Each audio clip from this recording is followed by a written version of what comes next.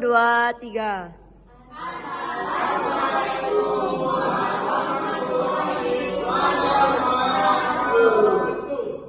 Selamat siang semuanya. Pada kesempatan kali ini kami akan mempertunjukkan drama yang bertemakan keadilan dan moralitas yang berjudul Keadilan di Kampung Kecil. Sebelum itu, perkenalkan, nama saya Hani, absen 13 sebagai sutradara.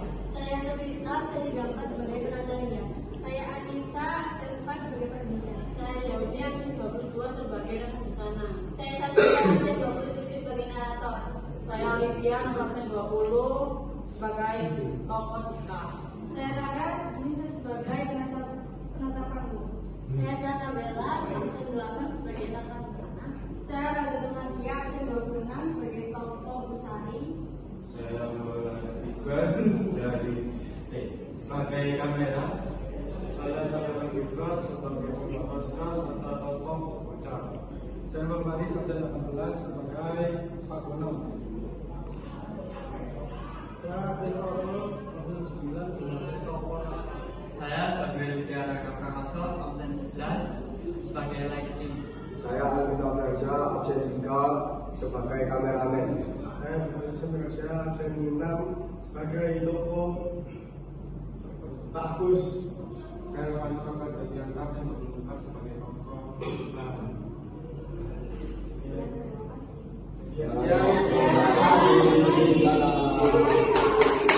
Satu, dua, tiga. Di suatu hari, ada sebuah kampung kecil yang penduduknya hidup dengan damai. Setiap pagi, anak-anak bermain riang di halaman. Para ibu berkeceramas sambil menyiapkan makanan, dan para bapak sibuk dengan pekerjaannya. Tak banyak kejadian besar di kampung itu. Semuanya berjalan seperti biasa, sederhana dan tenang. Namun, saat sore di kampung itu, kedamaian itu tiba-tiba buyar ketika sebuah kabar tersebar. Sebungkus roti hilang dari warung Pak Gono. Sontak, ia pun kesal dan langsung keluar dari warung, menanyai tiap warga yang lewat dengan mata melotot. Pak Gono keluar dari warung sembari berseru. Ini ada maling ini di warungku. Siapa malingnya? Warga mulai berdatangan, penasaran dengan apa yang terjadi. Bisik-bisik mulai terdengar dan kecurigaan mulai muncul. Bu Sari berbicara dengan nada lembut, menaruh tangan di bahu Pak Gono. Ada apa ini Pak? Sabar dulu, jangan marah-marah dong. Pak Gono menggoyahkan bahu dengan keras. Ah, sabar gimana? Warung saya kemalingan ini. Pak Agus berbicara dengan nada tegas. Sabar Pak, salah satu moral. Kita bermata berpindah. Pak Gono memotong pembicaraannya. Diam! Mulai saling berpandangan, suasana semakin tegang. Beberapa orang mulai berbicara satu sama lain, sementara yang lain memilih diam dan mengamati situasi. Raka, seorang pemuda sederhana yang kebetulan sedang lewat, tiba-tiba menjadi pusat perhatian. Bu Sari berbisik ke warga lain. Saya tadi lihat Raka. Jangan-jangan di depan warung, jangan-jangan dia yang ngambil rotinya. Pak Bono menatap tajam ke arah Raka, menunjuknya dengan kasar. Iya, kamu ya? Kamu yang ngambil roti saya. Raka. Jangan pura-pura bolos kamu. Raka terkejut sembari menunjuk dirinya sendiri. Saya Pak, apa salah saya hingga bapak mobil saya? Pak Bono mencurengkan dahi, mendekat dengan tangan di pinggang. Udah jelas-jelas kamu lagi di sekitar roti saya. Itu sudah cukup dari bukti. Bu Sari mengangguk setuju. Iya, benar. Jangan-jangan ini bukan yang pertama kalinya. Warga lain mulai berbisik, beberapa setuju sementara yang lain ragu. Dita, seorang pengacara muda yang baru saja kembali ke kampungnya, melihat situasi ini dari kejauhan. Ia segera melangkah maju, berusaha menenangkan keadaan. Tunggu sebentar, Pak Gono, saya bertanya apa dan lihat Raka mengambil roti tersebut? Pak Gono mendengus, melipat tangan di dada. Tidak, tapi dia dari tadi sudah di warung saya. Dita tersenyum tipis. Berarti itu hanya dugaan. Kita tidak bisa menuduh seseorang tanpa dasar yang jelas dan bukti yang kuat. Warga mulai terdiam. Beberapa orang mulai menyadari bahwa mereka terlalu cepat menghakimi. Namun, Pak Gono masih terlihat kesal. Di sudut keramaian, barat, anak Pak Gono. Terlihat Lisa, ia menggigit bibir dan menundukkan kepala, seolah menyembunyikan sesuatu. Pokoknya kamu ya yang mencuri. Ngaku kamu jangan pura-pura polos. Raka menggeleng kepala. Saya bersumpah Pak, bukan saya yang mencuri roti itu. Kenapa saya terus yang dituduh? Pak Agus mencoba menengahi, menepuk bahu Pak Gono. Jangan dulu Pak, kita tidak bisa menjualan seperti itu. Orang ini memang sering lewat di sini, tapi bukan berarti dia yang memaling.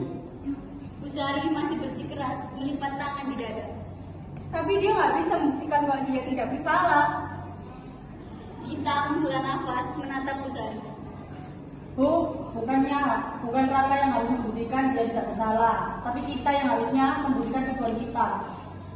Pak Gono menyela, menunjuk-nunjuk ke arah Raka. Kamu ya, kamu ngaku kalau kamu malingnya. Yang pura-pura bohong kamu. Bara tiba-tiba berbicara pelan, hampir berbisik. Pak, siapa tahu bukan Kak Raka yang maling. Semua orang menoleh ke arah Bara, anak Pak Gono, yang tampak semakin gelisah.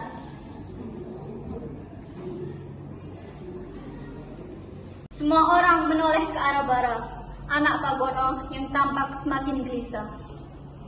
Gita mendekati Bara dengan lembut. Bara, kamu tahu sesuatu? Bara menggigit bibir sembari menunduk. Aku sebenarnya melihat tadi ada orang lewat di depan warung Bapak sebelum Kak Raka lewat. Pak Gono mendekat dengan mata melotot. Siapa Bara? Siapa? Ngomong ke Bapak. Bara menarik napas dalam sembari bicara lirih. Aku gak berani nyebutin siapa orangnya, tapi yang jelas orang itu pakai baju warna kuning, agak keputih-putihan. Warga terdiam, perlahan ekspresi marah Pak Gono berubah menjadi terkejut dan sedikit menyesal. Pak Gono menarik nafas, suaranya terdengar lebih tenang. Hah? Kenapa kamu gak bilang kalau kamu butuh makan? Anak laki-laki itu bersuara lirih.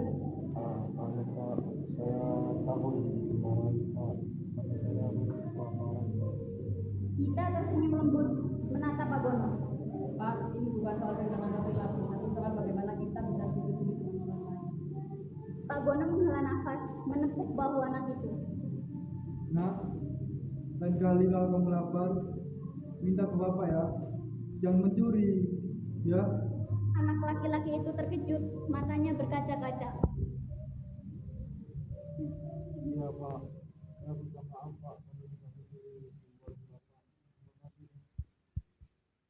Raka tersenyum mendekati Pak Gono.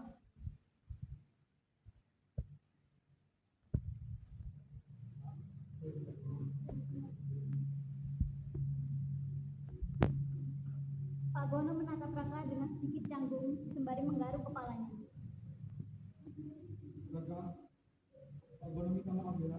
Tidak senang kamu. Pak Agus tertawa kecil. Nah, akhirnya orang ini menjadi tempat biasa dan yang aman. Bu Sari mengangguk setuju. Ya, sebaiknya kita membuat orang kita lebih bijak lagi. Bara tersenyum lega sembari berbisik ke Gita. Gita tersenyum. Sama-sama. Keadilan bukan cuma soal salah atau benar, tapi juga soal memahami keadaan sekitar.